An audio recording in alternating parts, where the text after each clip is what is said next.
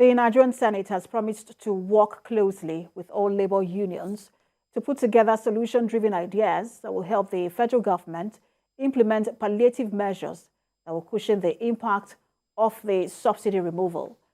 President of the Senate, Godswill Akpabio, disclosed this when the Senate leadership met with labor union leaders at the National Assembly on Tuesday.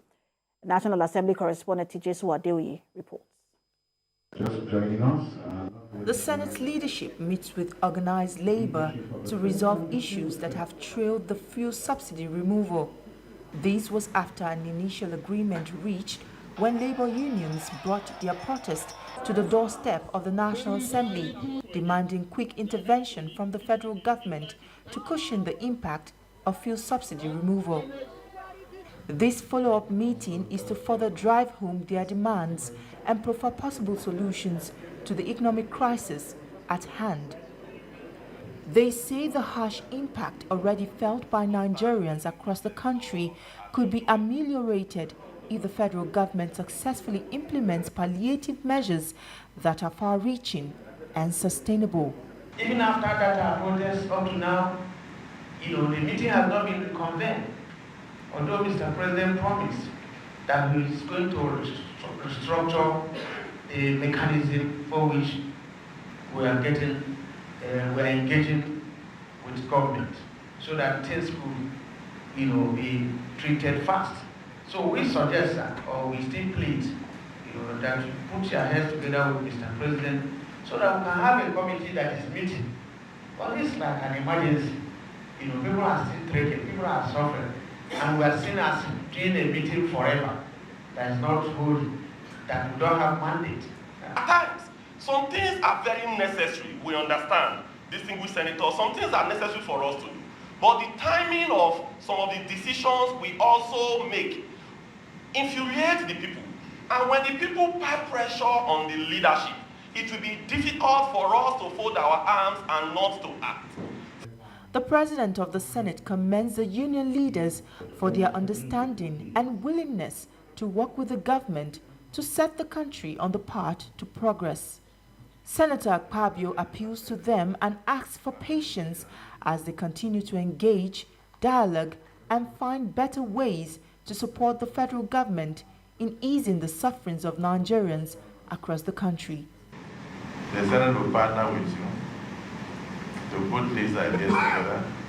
The Senate will be very glad to approach the executive arm of government in partnership with you to see how we can work together to reduce the sufferings of Nigerians. All Nigerians hope for is an improved well-being and to also feel the impact of palliative measures rolled out by the government to reduce the hardship caused by the removal of fuel subsidy. Hopefully, the threats of industrial action and protest will go away if these demands are met. TJ TVC News, Abuja.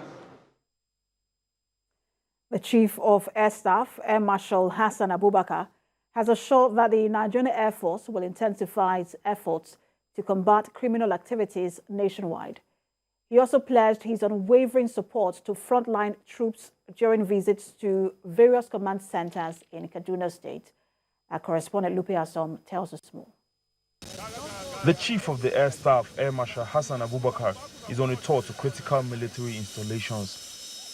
This includes the Air Training Command, the Headquarters Joint Task Force, and the air component of Operation Wild Punch.